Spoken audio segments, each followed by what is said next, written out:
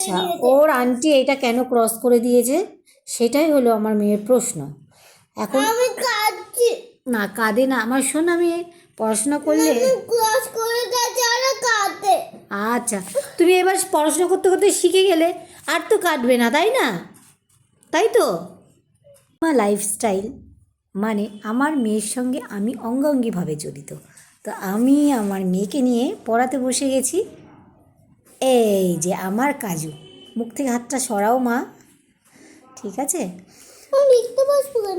তা পড়ানোর অভ্যেসটা তো অনেক দিনই চলে গেছে, নিজে পড়াশোনা কমপ্লিট করেছে তো অনেক বছর হয়ে গেছে, আর পড়ানোর অভ্যেসটাও নেই, তাই মেয়েকে পড়াতে পড়াতে নিজেও আবার পড়াশোনা করছি। এই যে চলো লেখো। আমার কাজু এখন পড়াশোনা করছে।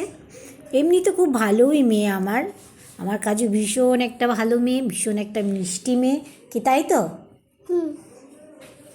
হ্যাঁ, ও কিন্তু খুব ভালোই একটা মেয়ে, ভীষণ কথা শোনে, কিন্তু মাঝে মাঝে একটু অবাধ্য হয়ে যায়, যেটা সব বাচ্চারাই করে, এটা হলো ন্যাচারাল, তাই না?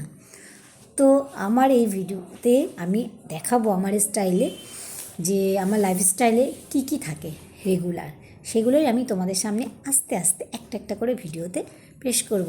আর আমার মেয়ে কত মিষ্টি একটা মেয়ে সেটাই তোমাদের ভিডিওর মাধ্যমে আমি মাঝে মাঝে পেশ করব।